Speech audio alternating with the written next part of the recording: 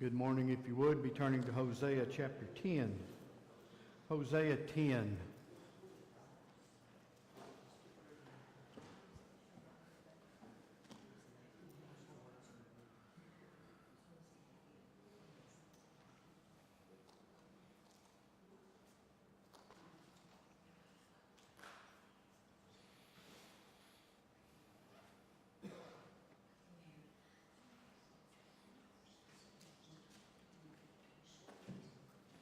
All right, if you would, let's bow for a word of prayer. Father in heaven, we are extremely grateful for the morning, for the time we have to come together, to encourage and to help one another as this Bible class study. Thankful for the teaching that goes on in the back, and we ask your blessings to be upon all our teachers and their good students this morning. Thank you so much for the love that you showed us in sending Jesus to die for us. Father, at this hour, we're mindful of all those who are in need of our prayers, those that are battling with physical illness, and those who might be struggling spiritually. Pray for those who may be traveling. We ask you to bless them, help them in every way that is right and pleasing in your sight. Thank you so much for time to be together and to study from the book of Hosea this morning as we continue to look at the truths that are found therein, apply them to our life, and to draw ourselves closer to you. Thank you so much for everyone that's here this morning. We ask your blessings to be upon us. In Christ's name we do pray. Amen. All right, Hosea. Catching us up just a little bit from where we were. And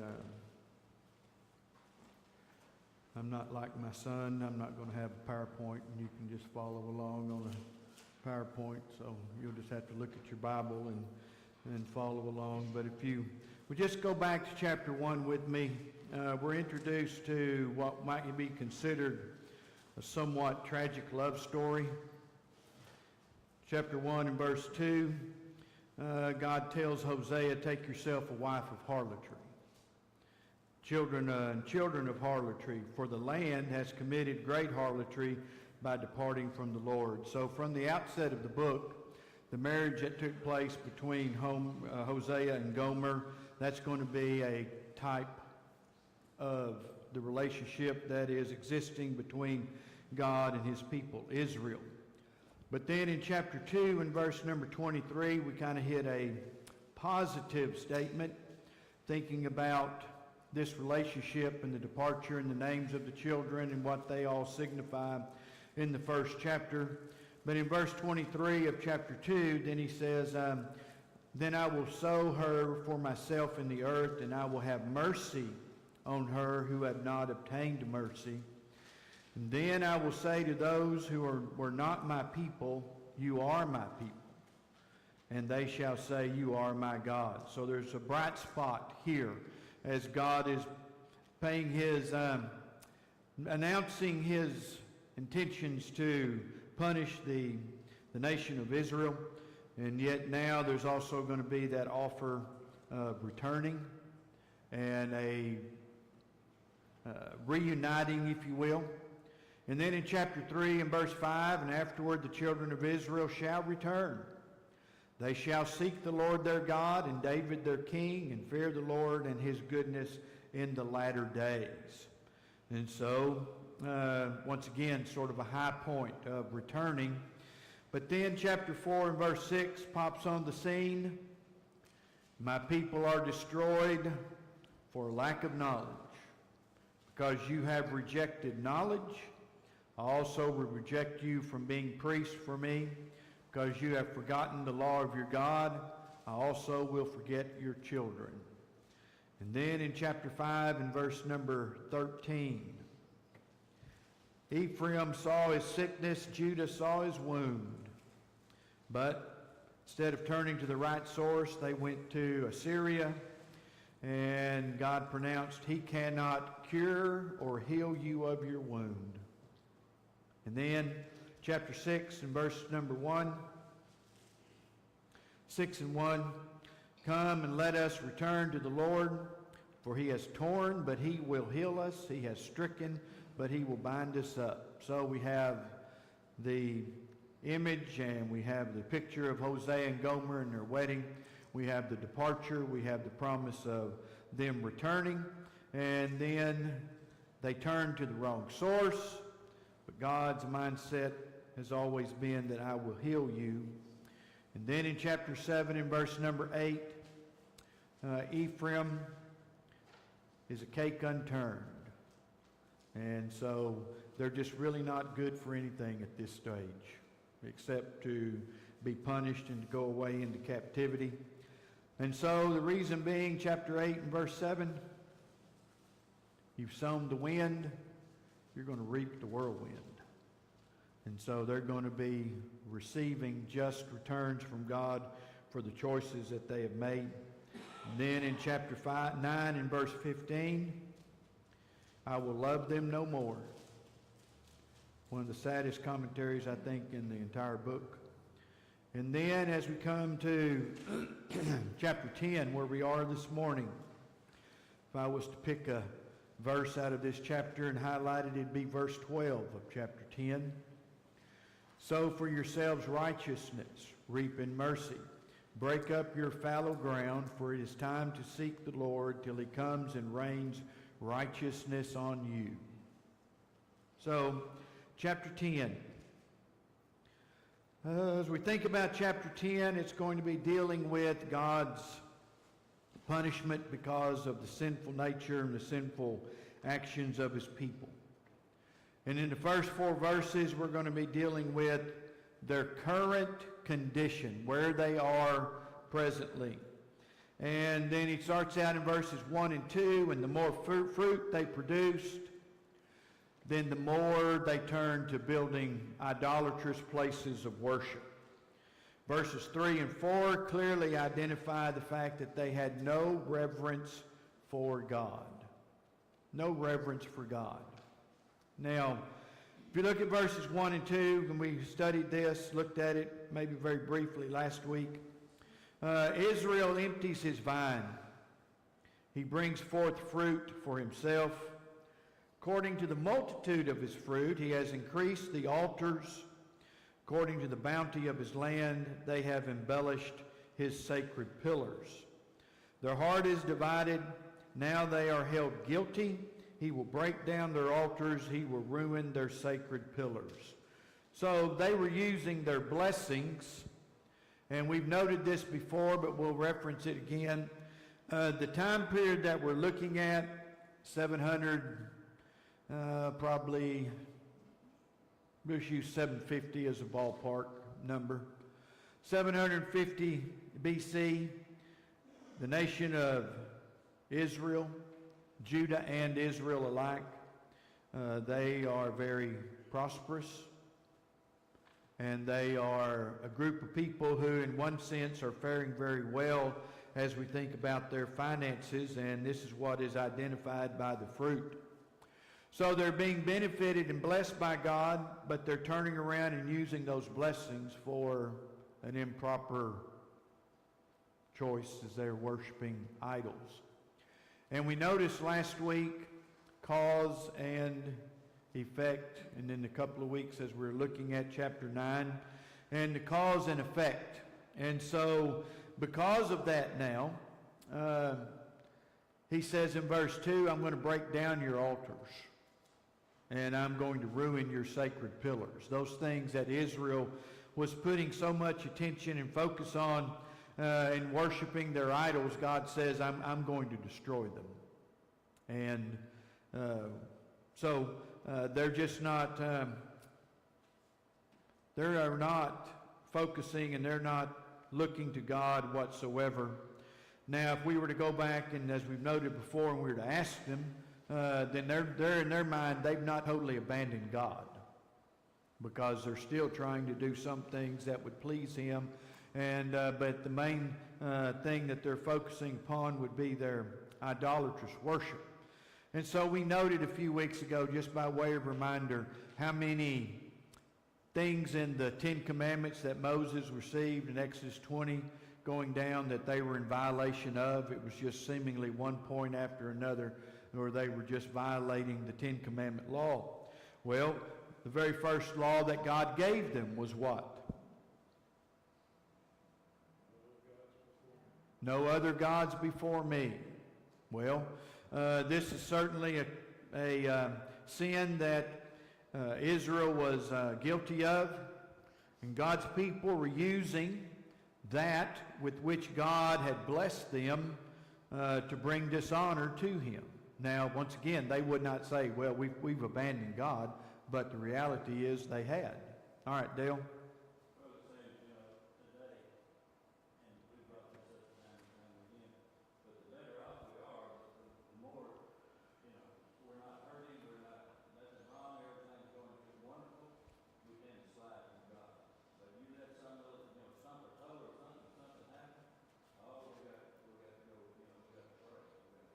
Yep.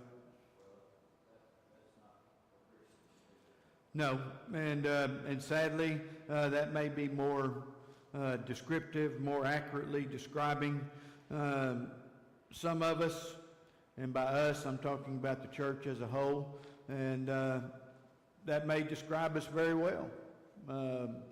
When I need God, I'll call on him. Well, it comes across my Facebook feed a lot of times, the point, I can't remember it exactly, but in good times, remember who? And in bad times, remember who? And that's the point of the meme that would come across. And so they had not just had a divided allegiance. And think about this. From what Jesus says in Matthew 6, no man can serve what? Two masters. Okay?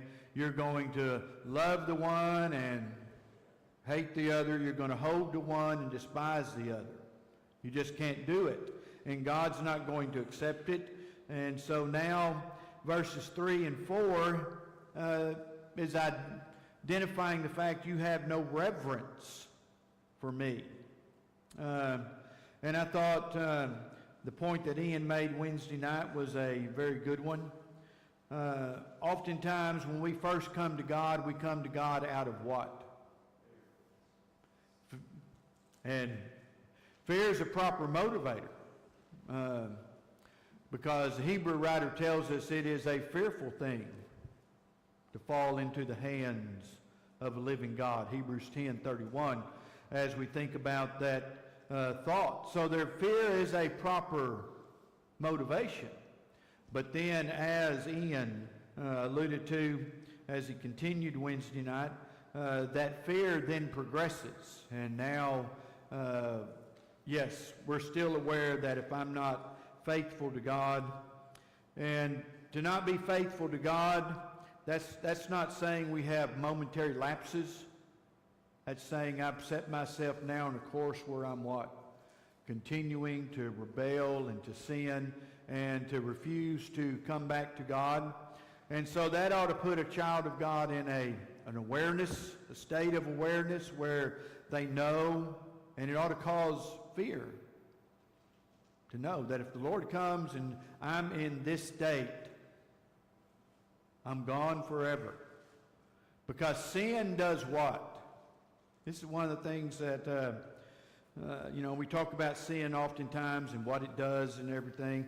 But folks, when you go to Isaiah 59, 1 and 2, sin does what? Separates you from God. It removes you from God. And, the old adage, if I'm not as close to God as I once was, then who moved? Well, Israel, this same thing could be said to them. Israel, you're not as close to God as you once were. Now, what's happened? Well, they no longer have a proper fear of God. And so then as we move forward in our Christian life, then that fear turns to gratitude and thankfulness and a host of other things as we think about having a proper respect and attitude toward God. All right, verse 3. For now they say, we have no king, because we did not fear the Lord.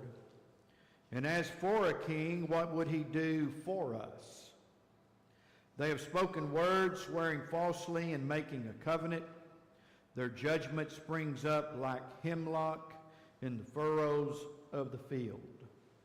And so as he's addressing, and they're addressing now, we have no king because we did not fear the Lord. And as for the king, what would he do for us? So who was to be their king?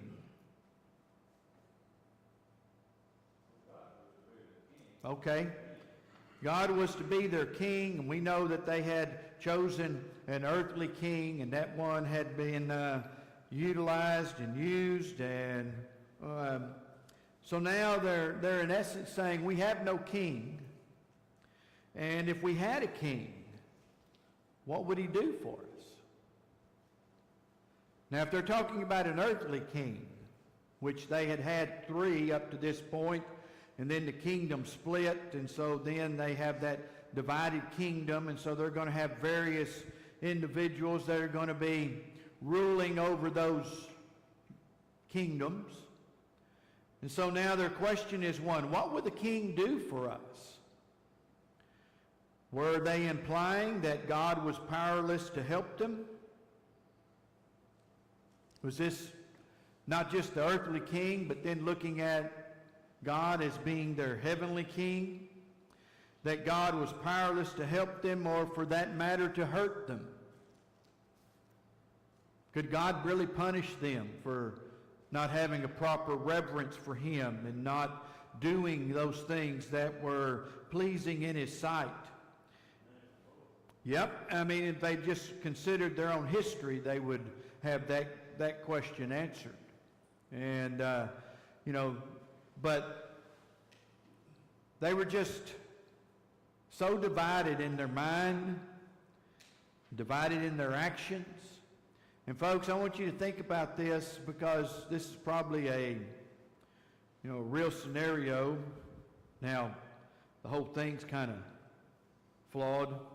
But when the kingdom split, and they had those 10 tribes to the north, then they established Dan and Bethel as places of worship. Dan was way to the north, and Bethel was right down close to what would become Samaria. And so they had established those places of worship. And Jeroboam had done so. And Jeroboam's reasoning, we could certainly understand it.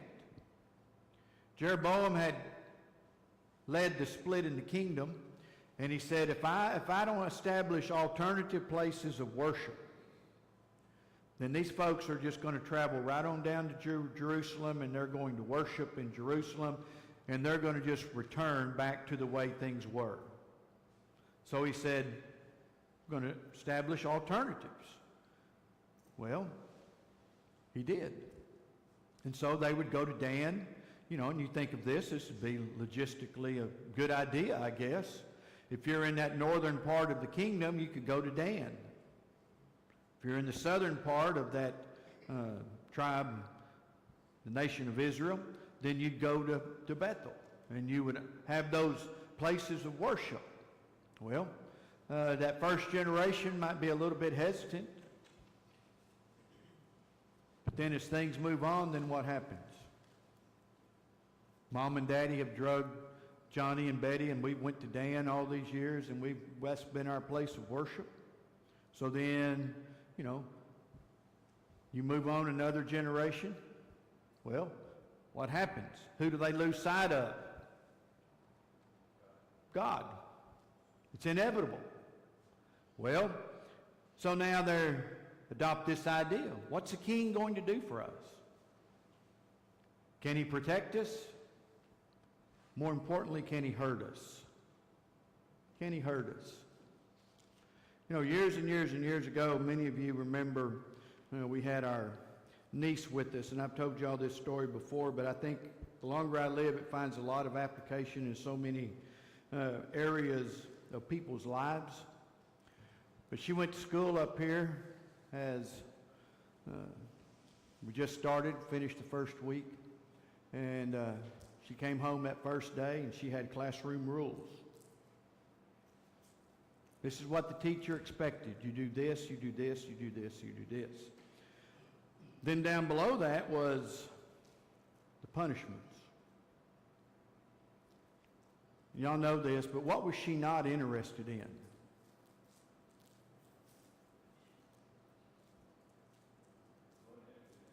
She was not interested in the rules whatsoever.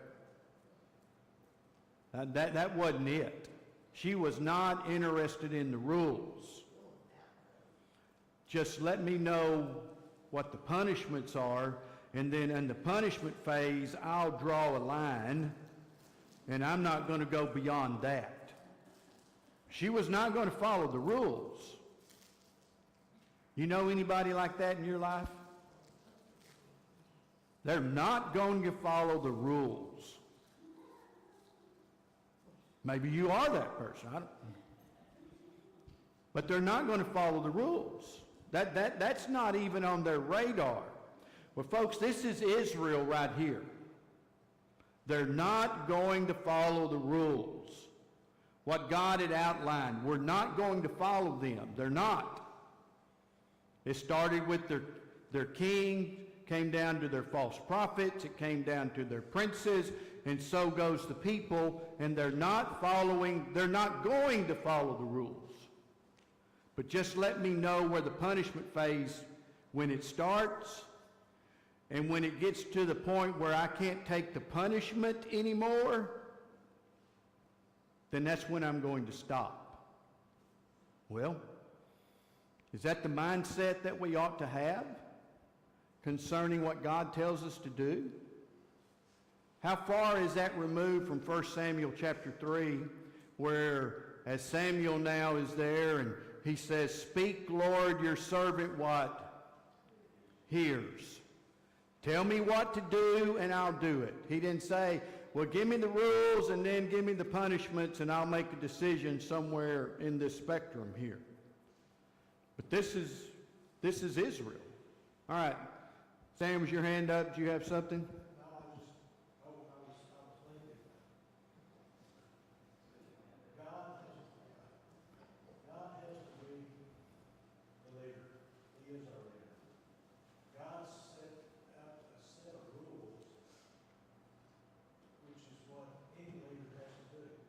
Mm-hmm. If you're going to lead, you have to have a set of rules. And a lot of times what people look for is a leader who will not set up any rules. Therefore, they know there can be no punishment. Therefore, they know they cannot fail.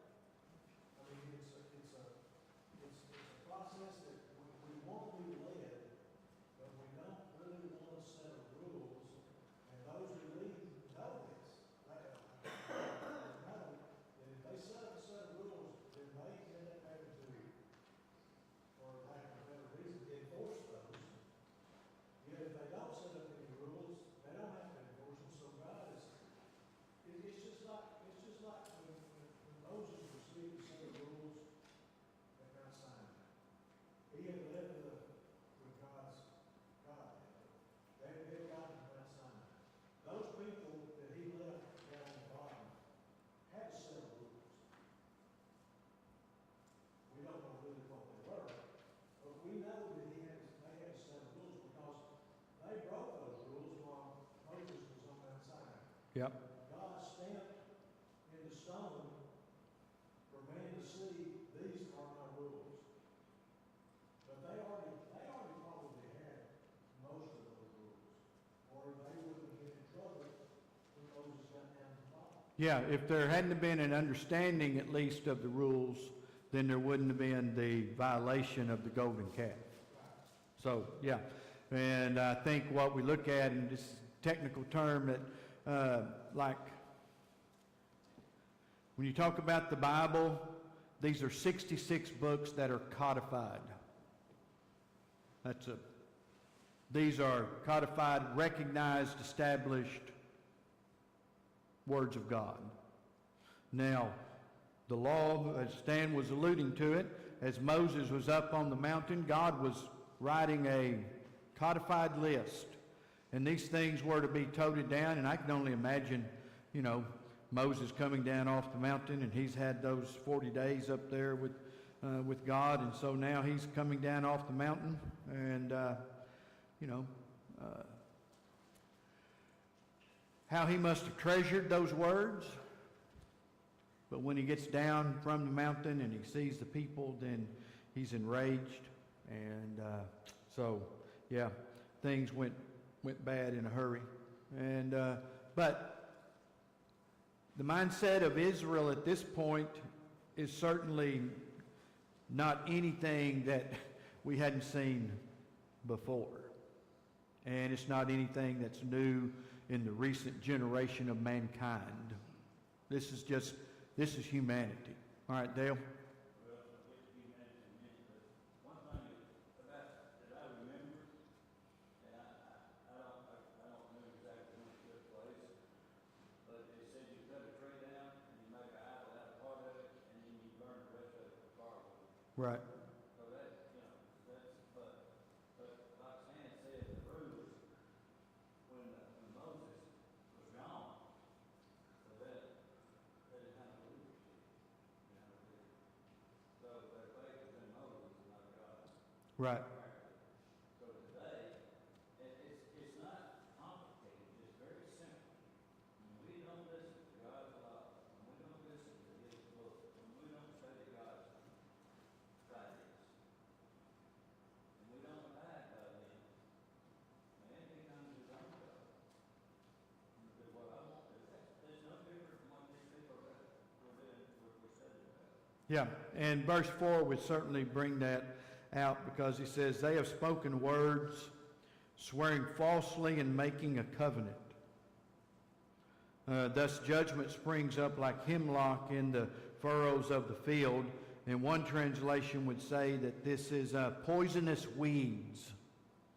And so you just think we can visualize very easily a field that's been sown, and you see the crop coming up and everything, and then next thing you see, oh, here comes poison that's between all the rows, poisonous plants. Well, who's going to be fired up to run out there and go to harvesting all of that? Well, it's just something. We can't have God in the world too. Yeah, well, that's true. It's like what they were doing. Yeah. They worship God to some degree. Oh, yeah, yeah. And they have not, they've not totally abandoned God, but they had a split allegiance. Sheb? What is it within man, or especially back then, what is it within them that made them want to worship a physical object? Maybe I'm missing the point. I realize that represented a God to them, but yet I still don't really get it. Or is that a form of will worship? What we call will worship today? Well, there'd be certainly will worship, but I mean, they were seeing the nations around them. That just all happened all at one time, correct? Yeah, I never did get the golden calf. I never did. But when they had Moses, they had God, and they saw all the miracles that got them from Egypt to where they were. And yet, Moses been gone a few days. We didn't build us a God. We need to build a calf. Well, what made a calf a God? well, it's what they'd been exposed to for 400 years. I mean, they'd been in Egypt, and this is something that, till I really started studying the book of Exodus and stuff seriously, you think about all the things that happened, all the plagues that fell on Egypt. Well, every one of those plagues attacked an Egyptian god. And so then whenever finally they're released, they've come out, and now their leader is gone. He's up on the mountain. And so now they're looking around, and, if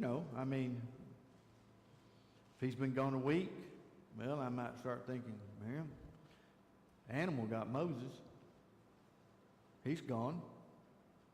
What am I going to do? 2 weeks go by. Now, think about this, because was Moses a reluctant leader? And to help him with his reluctance, God said, you've got Aaron. But Aaron was not the one to lead. He had things that Moses, in his own mind, did not possess, even though I think they were just excuses. Moses did not want to be a leader, but he did. And so then the people, well, they came up with other things, other ways. What were they seeking to find in that golden calf, even though they had had all the evidence, and we're sitting here in 21st century, and we're looking back on it, and we shake our head and like, how could they have done that? How could they have done that? Amen. Yeah, I mean, all of the history that they had. I mean, and folks, we have to go back and catch ourselves up with the story of Joseph. But to the Jews, that was, I'm convinced that's a common historical story they would tell over and over and over again. Because, Joseph, he summed it up very well when he said, God sent me here to keep you alive because of a physical famine. And in God's plan, he was sending a family down into Egypt so he could bring out what? A nation. And that took 400 years for that to happen. So you have 75 folks that travel into Egypt. 400 years later, they come out an estimated 2 to 3 million. All of that took place in Egypt. It took place where? In Egypt, where what was dominant? Idol worship. Then when they came up out of the land, then suddenly they go from a polytheistic mindset to monotheistic. They go from multiple gods to one God. Had we seen this before? Folks, have you ever done any study on the Ur of the Chaldees, where Abraham was called from? We get a brief insight into all of that activity when Jacob goes back, and not to get in stealing any of Ian's thunder, but when you go back and you look at that, and when you have Abraham, Isaac, and Jacob, well, who does Jacob get introduced to? He just thinks he's a con artist. Who's he run into? Laban. And he has more than met his match in Laban. But then when they're going to leave and come out, and he's going to bring his wives, and they're going to come back, and he's going to have that encounter with Esau, and he's preparing for all that, what does his beloved wife, what was her name?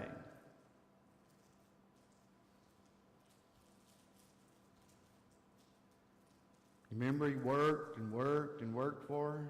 He got Leah, but he wanted whom? What Rachel steal? The household god. And so when Laban's in hot pursuit and he overtakes them, and then Jacob is incensed that you've done this. And so then he says, whoever you find it, wherever you find it, you can kill him.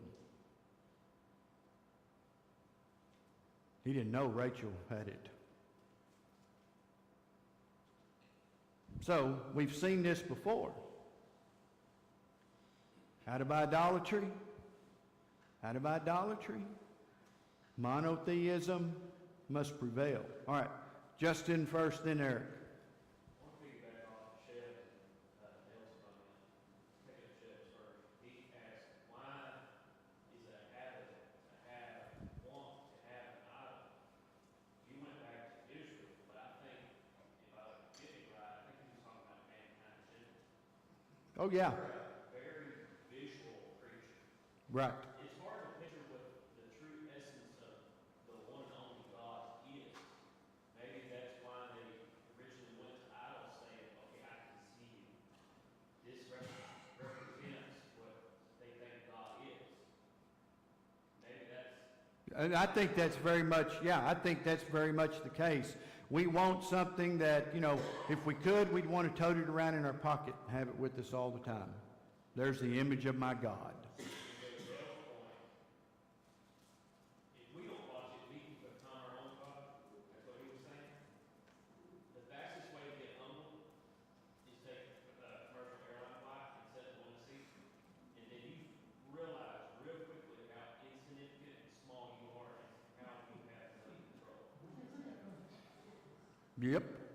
Or get on a boat and go out into the, you know, go dipsy fishing, as, you know, used to say on I Love Lucy. He wouldn't say deep, he'd say dipsy fishing. Go deep sea fishing. Now, you want to be insignificant? Sit on that boat and you look around and all you see is water. And I'm thinking, I can't even, I mean, just, if something happened, there's no way I'm surviving this. I am going to drown. Oh, well, yeah. Until, you know, we were out there years ago with, on the boat with Jody Main and everything, and I mean, I felt Jody's boat just getting smaller and smaller. Then all of a sudden we looked up and here come these guys and they're flying and they're on like maybe an 18-foot bass boat. And they have decked it completely over. Only thing that's not decked is where the guy was sitting down driving it. Center console, he's driving it, and it's decked up. And these guys, I don't mean to do this irreverently, but they're sitting on the top of that deck, and he's just flying out across that ocean. And then they get to where they want to go fishing, and they all jump up, and they throw and they treated that deep sea fishing like bass fishermen. What's a bass fisherman do on a lake? They run over here and they make a half a dozen casts. If they don't get something, then they fire that thing up. Well, they weren't there very long, and we were tied up to one of those oil derricks, and so they just kind of, in my mind, trolled around the derrick, and they didn't get anything, and so you heard that engine crank up, and there they go.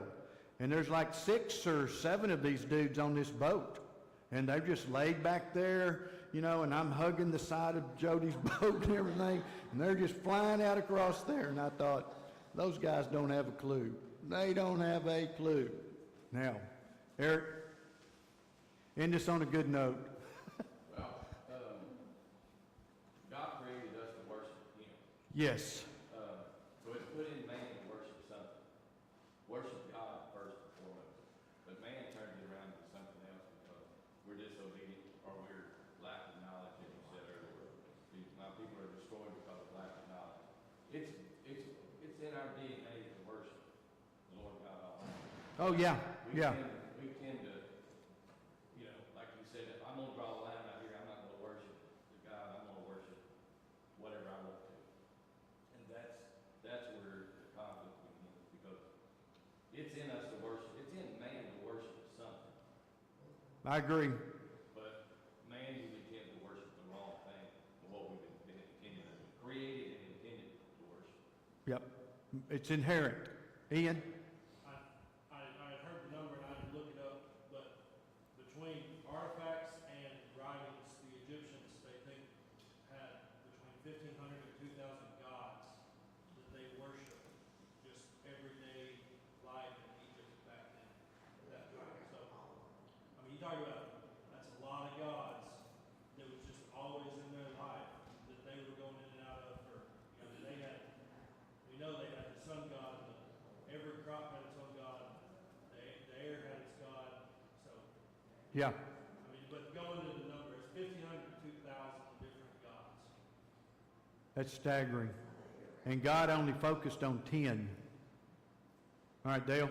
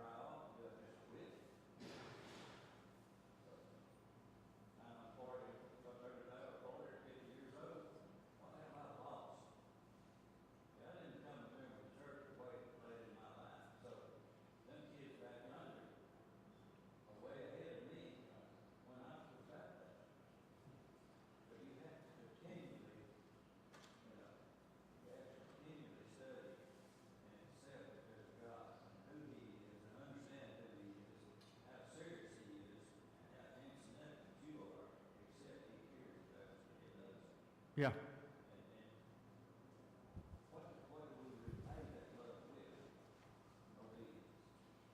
Well, Paul describes it as faith working through love, Galatians chapter 5. And Jesus said, if you love me, you will keep my commandments.